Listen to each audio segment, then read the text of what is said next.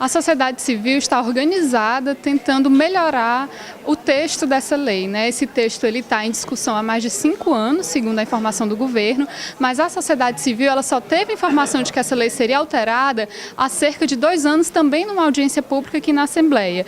Desde então, a sociedade civil se organiza e fez parte de um fórum de combate ao uso de agrotóxicos, coordenado pelo Ministério Público, e passou 1 ano e meio discutindo a minuta e o texto dessa lei.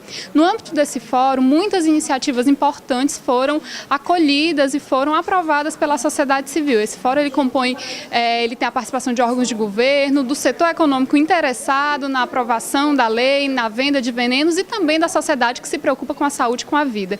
Dentre as propostas que foram aprovadas ou dentre as propostas que são demandas da sociedade civil, a gente tem, por exemplo, que sejam custeadas pelo menos uma análise mensal de resíduos de agrotóxicos em alimentos.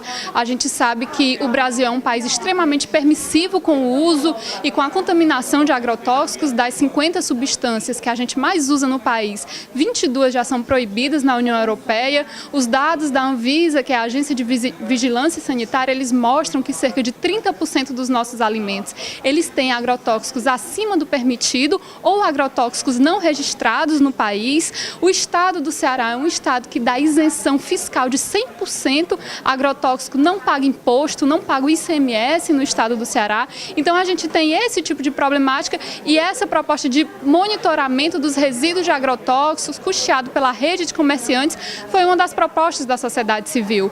Assim como a sociedade civil sugeriu e aprovou no fórum consulta pública para cadastro de novos agrotóxicos, a possibilidade de que isso fosse impugnado, restrições ao uso, a questão do fim da pulverização aérea, aquela chuva de venenos feita por aviões que pulverizam, derramando agrotóxicos e levando esses venenos para áreas de até 32 quilômetros de distância da área que foi aplicada, a contaminação da água. A gente tem dados da COGER, que é um órgão do Estado, apontando que lá na Chapada do Apodi existem, por exemplo, nos poços de 100 metros de profundidade, em torno de 11 tipos diferentes de venenos na água que serve de abastecimento para a população. Então, o que a sociedade civil cearense cobra e exige é mais consulta pública, mais informação, mais transparência, mais controle, mais fiscalização. A sociedade, por exemplo, aprovou que as multas elas fossem estabelecidas de acordo com a capacidade econômica e com o grau de risco da infração que foi cometida. Isso também foi retirado pelo governo da atual proposta de lei. Então são muitas iniciativas que foram afetadas e a sociedade está aqui organizada, preocupada com esse texto que está deixando a venda de agrotóxicos mais fácil no estado do Ceará.